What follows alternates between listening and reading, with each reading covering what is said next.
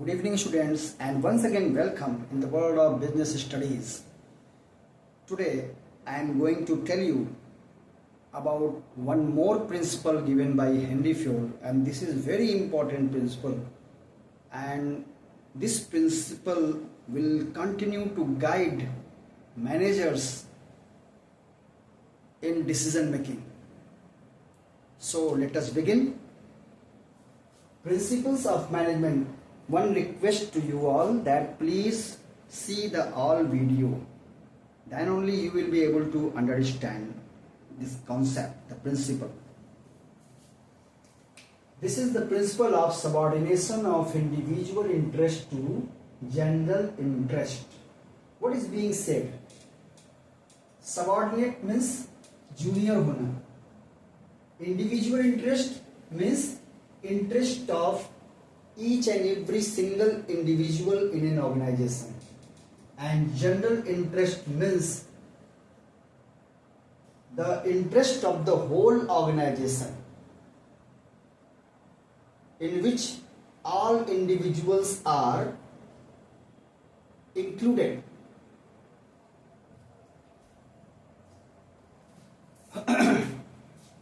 So, subordination of individual interest to general interest principle says that general interest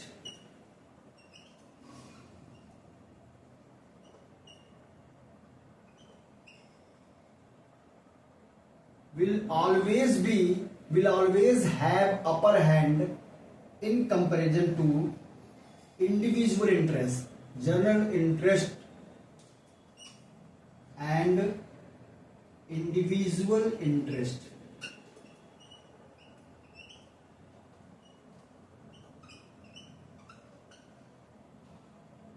So, this is in superior position and this is in junior position. Like that, you may understand. General interest will always supersede individual interest. General interest will have priority over individual interest. Now let us understand this principle with an example. Suppose this is an organization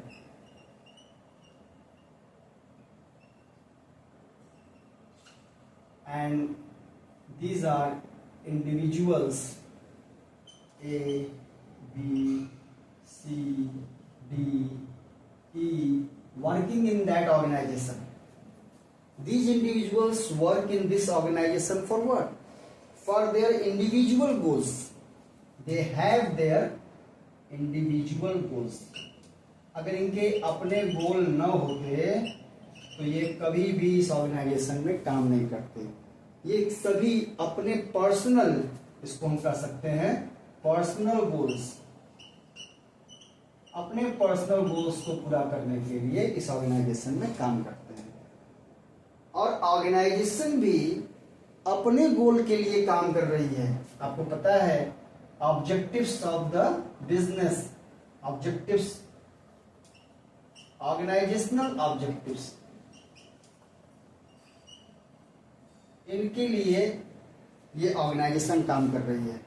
Organization has to achieve its objectives, its goals, with the help of these individuals working in the organization. Although they are working for their personal goal, individual goal, but they know if we will not work for the organization, so we will not be able to achieve our personal goals. ये लोग काम करेंगे organisation के गोल को achieve करने में. जब organisation अपना गोल अचीव कर पाएगा तभी इनका भी गोल पूरा होगा. यहाँ एक बात आती है गोल सिंक्रोनाइजेशन की.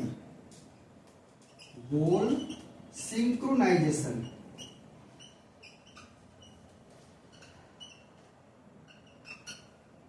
मतलब वो मैनेजर सफल मैनेजर होगा जो ऑर्गेनाइजेशन के गोल को इंडिविजुअल गोल से या पर्सनल गोल से सिंक्रोनाइज कर दे, अटैच कर दे. जितना अच्छा वो उसको सिंक्रोनाइज करेगा उतना अच्छा वो ऑर्गेनाइजेशन ग्रोथ करेगा. अब यहाँ पे फ्यूल ने क्या गाइडेंस दी? फ्यूल ने कहा कि इंडिविजुअल इंटरेस्ट जो होगा, जो इंडिविजुअल गोल होगा, वो जनरल गोल को कभी भी सुपरसीड नहीं करना चाहिए। General interest, general goal will always be superior to individual गोल।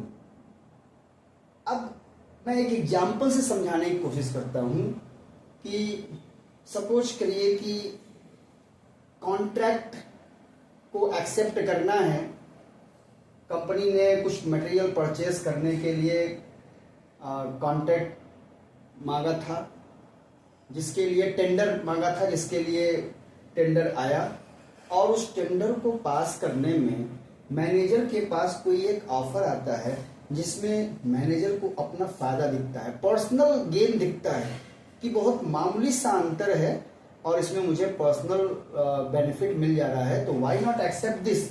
लेकिन अगर वो थोड़ा भी डिफरेंस है तो that is affecting the whole organisation. अब इस ऑर्गेनाइजेशन के कितने स्टेक होल्डर हैं? यहाँ पे शेयर होल्डर भी हैं, क्रेडिटर्स भी हैं, टैक्स अथॉरिटीज भी हैं, एम्प्लॉयज भी हैं। ये क्या हैं? स्टेक होल्डर्स हैं। इन सब का हित जुड़ा हुआ है, इन सब का इंटरेस्ट इस ऑर्गेनाइजेशन के वेल बीइंग में जुड़ा हुआ है। अगर ऑर्गेनाइजेशन अच्छा करेगी तो इनका भी कल्याण होगा, जिसमें एम्प्लॉयज भी शामिल हैं, सारे एम्प्लॉयज शामिल हैं, शेयर होल्डर भी शामिल है, क्रेडिटर भी शामिल है, टैक्स अथॉरिटी भी शामिल है। तो अगर मैनेजर अपने बेनिफिट के लिए, अपने फायदे के लिए उस कॉन्ट्रैक्ट को एक्सेप्ट करता है जिसमें कंपनी को थोड़ा नुकसान हो रहा है, तो निश्चित रूप से उस नुकसान से कितने लोग अफेक्ट होंगे? All the employees, all the shareholders, creditors, tax authorities, every stakeholder will be affected on a large scale. So what should manager do? Fayol ने गाइड किया, फ्यूल ने कहा कि मैनेजर को ये बात क्लियर कट पता होनी चाहिए कि whenever he is in such dilemma, then he should follow this principle. What is the principle? The principle says that general interest will always supersede, will always be superior to individual interest. और अगर इस principal को वो follow करता है तो definitely उसके decisions हमेशा करेक्ट होंगे और वो सभी को असिस्ट कर पाएगा, सारे स्टेक होल्डर के लिए वो काम करेगा। ऑर्गेनाइजेशन इससे हमेशा आगे बढ़ेगा। Organisation will be always able to achieve its goal and there will be good synchronisation of individual goals with the organisational goals. यहाँ एक बात ये भी समझने की है कि मैनेजर का ये काम है कि वो इंडिविजुअल गोल्स को भी ध्यान में रखे और ऑर्गेनाइजेशन गोल्स से उसे सिंक्रोनाइज करे। ज़्यादातर केसेस में उसे इंडिविजुअल गोल को ऑर्गेनाइजेशन गोल से रिकॉन्साइल करना है, लेकिन कभी ऐसा हो जाए जहां इंडिविजुअल गोल रिकॉन्साइल नहीं हो पा रहा है ऑर्गेनाइजेशनल गोल से, तो ऐसी स्थिति में जो ऑर्गेनाइजेशनल गोल होगा उसी को मान्यता देनी पड़ेगी, वही सुपरसीड होगा, उसी के आधार पर फैसला लेना पड़ेगा, न कि इंडिविजुअल गोल्स को। तो this is the principle of subordination of individual interest to general interest. I think कि आपको ये कॉन्सेप्ट समझ में आ गया होगा। अगर आप समझ चुके हैं, बात समझ में आ गई, तो please right in the comment section कि सर समझ में आ गया। अगर नहीं समझ में आया तो you may write like that. And please do not forget to subscribe to my channel and share with your friends, and this is the only motivation I have. Thank you very much.